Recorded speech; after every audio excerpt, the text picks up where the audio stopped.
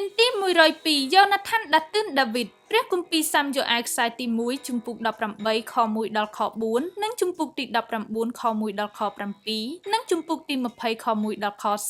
42សូមអធិដ្ឋានចម្រៀងសូមច្រៀងចម្រៀងដែលមានលីងនៅក្នុងមេរៀនជា PDF ល្បែងកម្សាន្តចងចាំឈ្មោះសម្ភារៈដែលត្រូវការក្រដាសកាសែតឬដបទឹកឲ្យកុមារអង្គុយជារង្វង់ឬកុមារម្នាក់ធ្វើជាអ្នកចាំទីដែលឲ្យគាត់ឈរនៅចំកណ្ដាលរង្វង់ឲ្យដបទឹកទទេឬក៏ក្រដាសដែលបានឈ្មោះរួចទៅឲ្យអ្នកចាំទីដើម្បីទុកឲ្យវាយអ្នកដែលគេហៅឈ្មោះនោះអ្នកចាំទីនឹងត្រូវជ្រើសរើសកុមារណាម្នាក់ហើយសួរគាត់ពីឈ្មោះអ្នកដែលគាត់ចង់ឲ្យអ្នកចាំទីវាយហើយអ្នកចាំទីត្រូវរត់ទៅវាយកុមារដែលត្រូវគេហៅឈ្មោះនោះឲ្យលឿនហើយកុមារដែលត្រូវគេហៅឈ្មោះនោះត្រូវហៅឈ្មោះកុមារផ្សេងទៀតប្រសិនបើអ្នកចាំទីប៉ះគាត់មុនពេលដែលគាត់ហៅឈ្មោះកុមារផ្សេងទៀតគាត់ត្រូវធ្វើជាអ្នកចាំទីវិញម្ដងប្រសិនបើអ្នកចាំទីមិនស្គាល់ឈ្មោះរបស់កុមារនោះទេគាត់ត្រូវបន្តចាំទីទៀតបន្ទាប់ពីលេងល្បែងនេះចប់សូមពន្យល់កុមារថាពួកគេត្រូវចងចាំឈ្មោះនរណាម្នាក់ប្រសិនបើគាត់ចង់ក្លាយជាមិត្តល្អជាមួយពួកគេ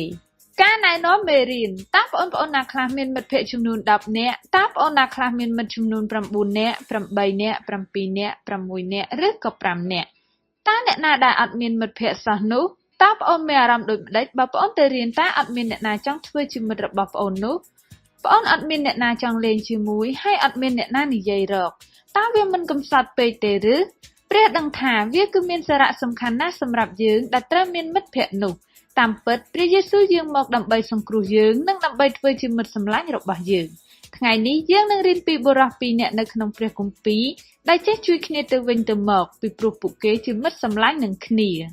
រឿងនៅក្នុងព្រះគម្ពីរសាច់រឿងនៅក្នុងព្រះគម្ពីរថ្ងៃនេះស្ដេចសូលមានកូនប្រុសម្នាក់ឈ្មោះយ៉ូណាថាន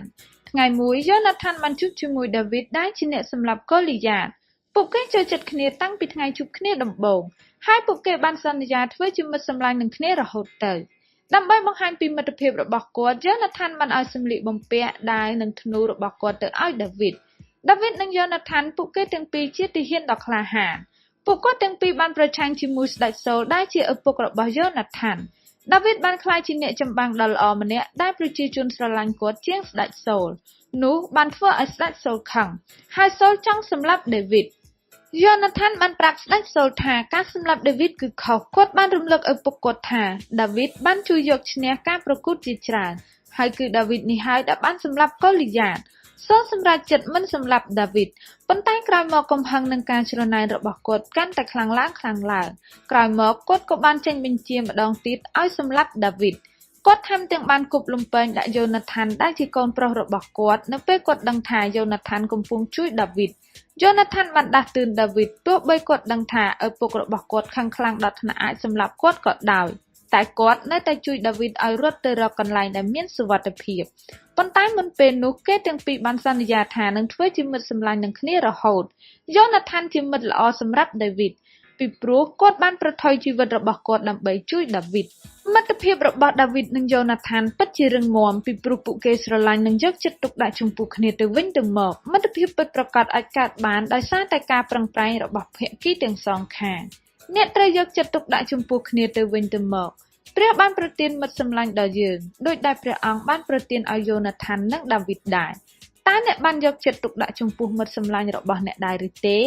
សូមអរព្រះគុណព្រះដែលទ្រង់បានប្រទានមិត្តសម្លាញ់ឲ្យដល់យើងសំណួរពិភាក្សា1តើមិត្តសម្លាញ់2នាក់នៅក្នុងរឿងព្រះគម្ពីរនៅថ្ងៃនេះមានឈ្មោះអ្វីខ្លះ2តើស្ដេចសូលជានរណា3ហេតុអ្វីបានជាស្ដេចសូលចង់សម្លាប់ដាវីត4តើយ៉ូណាថានបានបង្ហាញមិត្តភាពរបស់គាត់ទៅកាន់ដាវីតដោយរបៀបណា5តើអ្នកមានចិត្តចង់ធ្វើអ្វីខ្លះសម្រាប់មិត្តសម្លាញ់របស់អ្នកល្បែងកម្សាន្តដូចគ្នាឲ្យកុមារទាំងអស់ក្រោកឈរឡើងហើយនៅពេលដែលគ្រូស្រែកពាក្យណាមួយកុមារត្រូវរត់ទៅរកអ្នកណាដែលមានភាពដូចគ្នានោះឧទាហរណ៍អាយុដូចគ្នាបន្ទាប់មកកុមារដែលមានអាយុដូចគ្នាត្រូវរត់រកគ្នា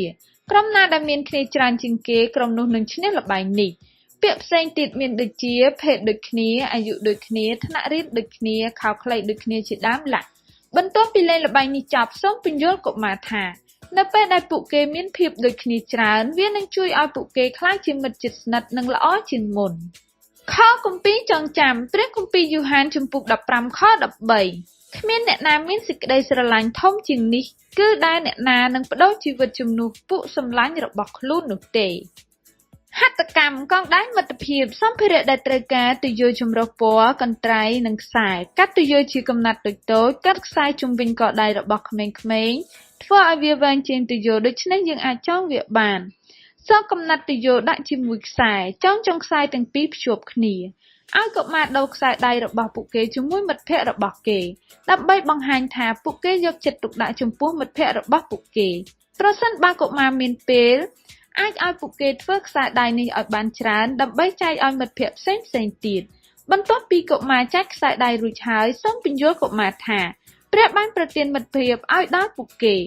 យើងត្រូវតែធ្វើល្អជាមួយមិត្តភ័ក្តិរបស់យើង